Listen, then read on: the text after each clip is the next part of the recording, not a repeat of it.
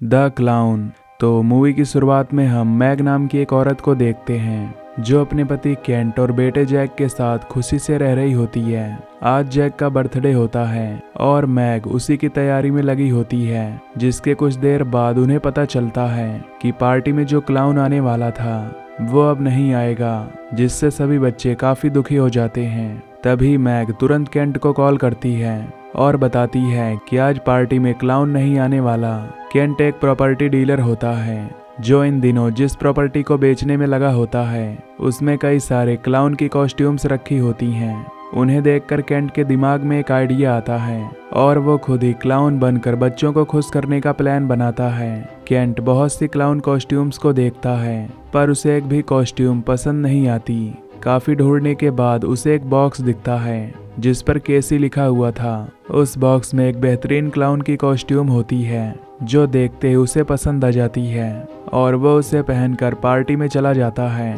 Kent को clown बना देखकर मैग और बाकी बच्चे बहुत खुश हो जाते हैं। रात को बहुत थक जाने की वजह से वो क्लाउन की कॉस्ट्यूम पहनकर ही सो जाता है। अगली सुबह भी उसे वो कॉस्ट्यूम चेंज करने का मौका नहीं मिलता क्योंकि जैक को स्कूल जाने के लिए देर हो रही थी। जैक को स्कूल ड्रॉप करने के बाद केंट अपनी जॉब पर जाता है और वहां पर अपनी कॉस्ट्यूम उतारने की कोशिश करता है पर वो कॉस्ट्यूम उसके शरीर से निकलती ही नहीं। वो उसे पेपर कटर से भी काटता है लेकिन कॉस्ट्यूम के बजाय उसकी खुद की कलाई ही कट जाती है। केंट गुस्से में बाहर आता है और वहां से मशीन कटर उठाकर ले जाता है पर उस मशीन कटर से भी कोई फायदा नहीं होता बल्कि उस कटर की ब्लेड ही टूट जाती है। केंट के लिए अब वो कॉस्ट्यूम फांसी का फंदा बन चुकी थी।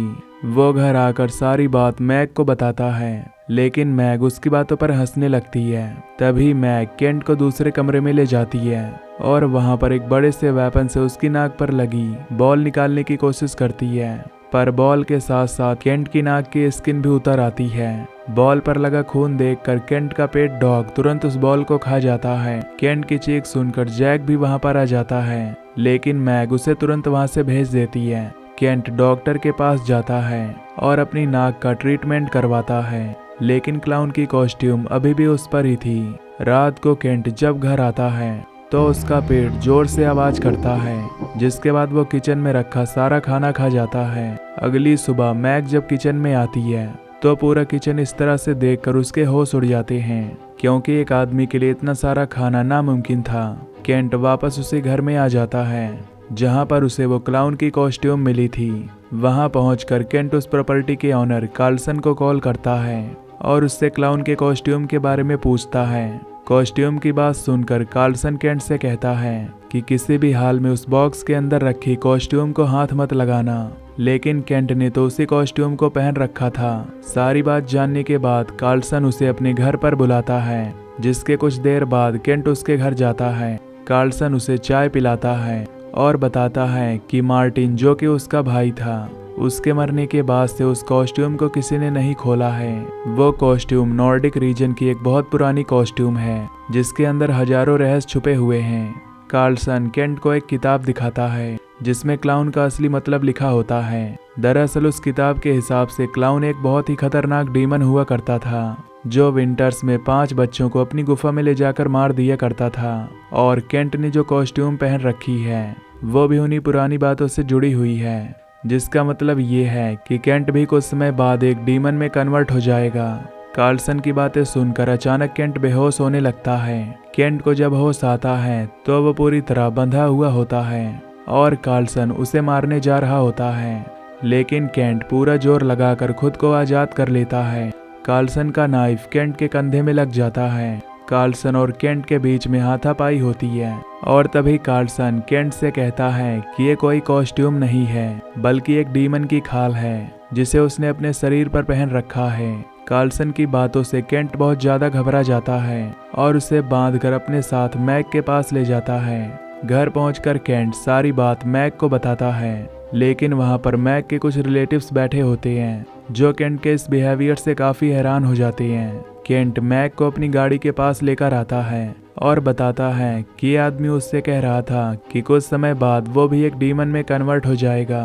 तभी केंट का रिलेटिव गुस्से में उसके पास आता है और उसके बाल खींचने लगता है लेकिन अब वो डीमन पूरी तरह से केंट के दिमाग पर हावी हो चुका था। जिससे केंट अपने रिलेटिव का हाथ तोड़ देता है। केंट को कुछ भी समझ नहीं आ रहा था क्योंकि यह सब उससे वो कॉस्ट्यूम करवा रही थी। केंट अपने रिलेटिव से माफी मांगता है और तुरंत अपनी गाड़ी लेकर वहां से निकल जाता है। रास्ते में केंट का हाथ अकड़ने लगता है क्योंकि उसका पूरा शरीर एक डीमन में बदल रहा था। तभी पीछे बंधा कार्लसन उसका गला पकड़ लेता है और उन दोनों का एक्सीडेंट हो जाता है। केंट जब गाड़ी से उतरकर कार्लसन को देखता है तो उसके चेहरे से बहुत सारा खून आ रहा था। कार्लसन उसे कहता है कि उसे खुद को मारना होगा, लेकिन तभी वो बेहोश हो जाता है। कुछ देर बाद केंट को अजीब सी आवाजें सुनाई देती हैं। उसकी आंखों के सामने बार बार कार्लसन का चेहरा आ रहा था जो उसे कह रहा होता है कि मार लो, खत्म कर लो। केंट बहुत घबरा जाता है और तुरंत वहां से जंगल की तरफ भागने लगता है। मैग केंट के गायब होने की कंप्लेन पुलिस स्टेशन में लिखवा देती है क्योंकि इस हालत में उसका बाहर रहना सेफ नहीं था। केंट को जोरों से भूख लगी होती है। उसे शांत करने के लिए उसे बच्चे चाहिए थे जिनसे वो अपना पेट भर सके। जंगल में केंट को एक बच्चा दिखता है जो उसे भूखा देखकर उसे कुछ खाने के लिए देता है, लेकिन केंट मौका मिलते ही उस बच्चे का हाथ पकड़ लेता है और उसकी उंगली काट कर खा जाता है। अगली सुबह जैक को स्कूल छोड़ने के बाद मैग जब घर आती है तो उसकी नज़र उस किताब पर पड़ती है जो कार्लसन ने केंट को दिखाई थी। मैग उस किताब को खोलते ही घबरा जाती है क्योंकि जैसा उस किताब में लिखा हुआ था वैसा ही केंट के साथ हो रहा था। केंट की पूरी बॉडी अब धीरे धीरे करके एक डीमन में कन्वर्ट हो रही थी। कुछ देर बाद केंट जब अकेला खड़ा होता है तो उसे रॉबी नाम का एक लड़का मिलने आता है जो केंट की क्लाउन की कॉस्ट्यूम देखकर उसके पास आया था। रॉबी को देखते ही केंट का पेट जोर से आवाज करने लगता है क्योंकि उसे अब एक और बच्चा खाने की इच्छा हो रही थी। केंट जैसे तैसे अपने दिमाग को समझाता है और अंदर कमरे में जाकर दरवाजा बंद कर लेता है ताकि रॉबी उसके पास ना आ सके। कुछ देर बाद रॉबी फिर से केंट के दरवाजे पर आता है ताकि वो केंट की भूख शांत करने के लिए उसे कुछ खाना दे सके, लेकिन केंट गुस्से में दरवाजा बंद कर लेता है। केंट अपने दिमाग से बार बार कहता है कि वो रॉबी को नुकसान नहीं पहुंचाएगा, लेकिन उसके अंदर का डीमन उसे ऐसा करने पर मजबूर कर रहा था। इधर मैग और जैक अपने डॉग को लेकर काफी परेशान होते हैं। मैग के डॉग ने केंट की नाक खा ली थी और इसीलिए अब वो भी एक डीमन में बदल गया था। अपने आप से दुखी होकर केंट खुद को रिवॉल्वर से शूट भी करता है, लेकिन तब भी उसकी मौत नहीं होती। उसका खून भी रेड कलर से रेनबो कलर का हो गया था, जिसका मतलब ये है कि केंट अब पूरी तरह से एक डीमन बन चुका है। इसके बाद वो 2 कटर्स जमीन पर रख देता है और खुद को उन कटर्स के बीच में गिराने लगता है, लेकिन तभी वहां पर रॉबी आ जाता है। केंट जब उन कटर्स पर गिरता है तो वो कटर्स कॉस्ट्यूम की वजह से टूट जाते हैं और उनमें से एक कटर रॉबी को जाकर लग जाता है, जिससे उसकी मौत हो जाती है। रॉबी अब मर चुका था, इसीलिए केंट ज्यादा सोचता नहीं और उसे खा जाता है। कुछ देर बाद मैग केंट को ढूंढती हुई वहां पर आ जाती है और उसे घर चलने का कहती है। मैग केंट को बताती है कि वो प्रेग्नेंट है और ये खुशखबरी वो काफी टाइम से उसे देना चाह रही थी। कुछ देर बाद केंट घर चलने के लिए मान जाता है और वो दोनों वहां से चले जाते हैं। घर पहुंचकर मैग केंट से कुछ देर बातें करती है और फिर उसे एक पिलर से बांध देती है। ऐसा करने के लिए केंट ने ही उसे कहा होता है ताकि वो किसी और को नुकसान न पहुंचा सके। मैग को समझ नहीं आ रहा था कि उसके परिवार को किसकी नजर लग गई। केंट की हालत ठीक करने के लिए मैग एक बार फिर से उस किताब को खोलती है और अच्छी तरह स्टडी करती है। उस किताब के अंदर मैग को एक तस्वीर मिलती है जिसके जरिए पता चलता है कि कार्लसन भी पहले एक बार ये कॉस्ट्यूम पहन चुका है, लेकिन ये देखने के बाद मैग को काफी हैरानी होती है क्योंकि कार्लसन तो क्लाउन की कॉस्ट्यूम से बाहर आ चुका है, यानी कि केंट भी इससे बाहर निकल सकता है। लेकिन अगर ऐसा है तो फिर कार्लसन ने केंट को मारने की कोशिश क्यों की। खैर अब मैग सीधा उस हॉस्पिटल में पहुंच जाती है जहां पर कार्लसन एडमिट था। कार्लसन के मुंह पर टाँके लगे होते हैं।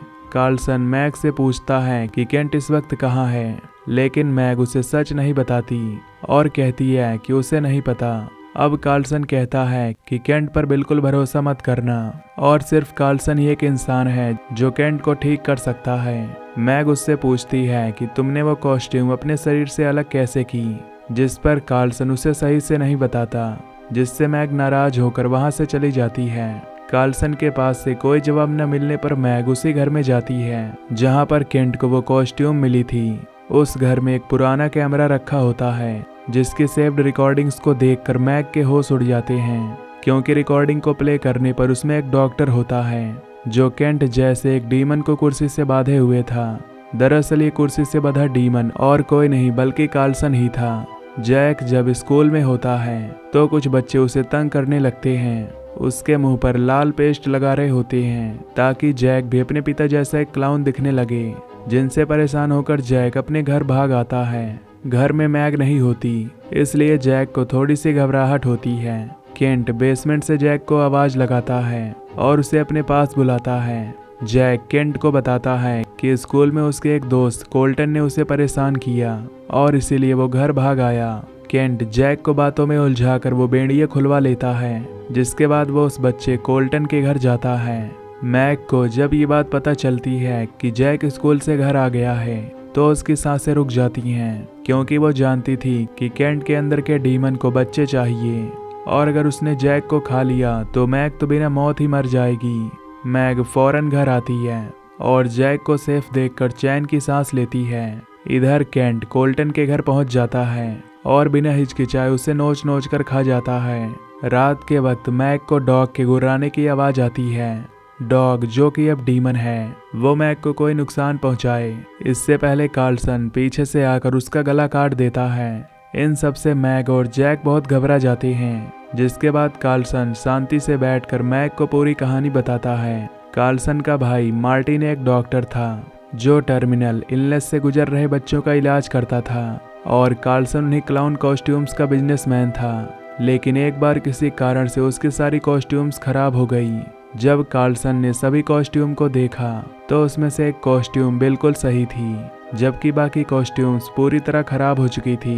तब कार्लसन टर्मिनल इलनेस से गुजर रहे बच्चों का मन खुश करने के लिए वो कॉस्ट्यूम पहन लेता है, लेकिन वही उसकी लाइफ की सबसे बड़ी गलती होती है।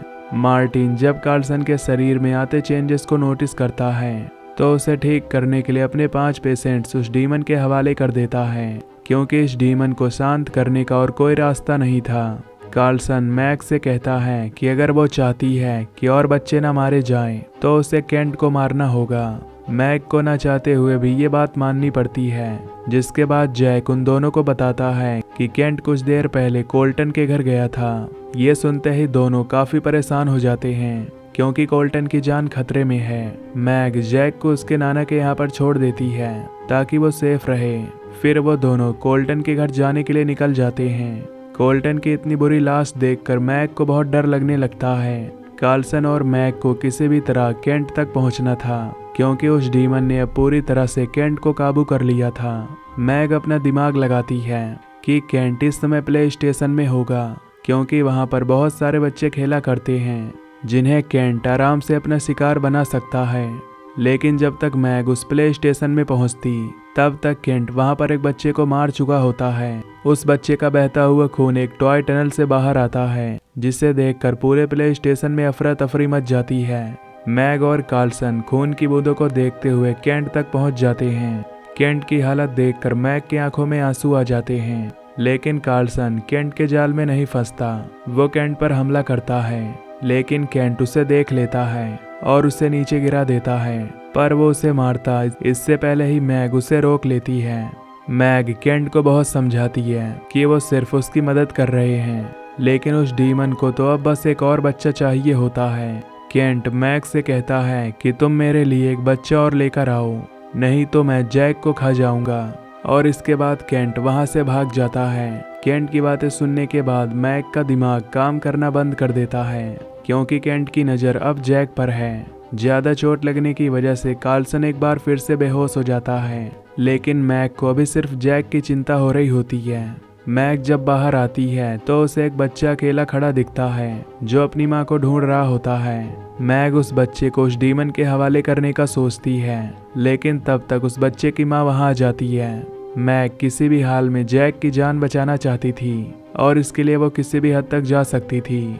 मैग जब अपनी कार में बैठी होती है तो वहां पर एक बच्ची उससे लिफ्ट मांगने आती है। मैग के लिए एक अच्छा मौका था, इसलिए वो उस बच्ची को वहां से ले जाती है, लेकिन कुछ पुलिस ऑफिसर्स मैग को उस बच्ची को वहां से ले जाते देख लेते हैं और वो मैग का पीछा करते हैं। मैग उस बच्ची को केंट के बताए हुए इलाके में ले आती है। वो बच्ची बहुत चीखती है, लेकिन मैग के दिमाग में सिर्फ जैक का चेहरा आ रहा था। उस बच्ची को किसी की आहट सुनाई देती है तो वो और जोर से चिल्लाती है, लेकिन तभी झाड़ियों में से वो दोनों ऑफिसर्स बाहर आ जाते हैं और उस बच्ची को बचा लेते हैं। ऑफिसर्स मैग को पकड़कर पुलिस स्टेशन ले जाने वाले होते हैं, लेकिन मैग वहां से भाग जाती है। मैग सबसे पहले अपने डैड को फोन करती है और उनसे जैक के बारे में पूछती है, और जब अपने डैड और जैक के पास आती है तो केंट वहां पर पहले से ही मौजूद होता है। केंट मैग के सामने उसके डैड को मार देता है और फिर मैग पर भी हमला करता है, लेकिन मैग वहां से घर के अंदर भागती है, पर केंट उसका पीछा नहीं छोड़ता।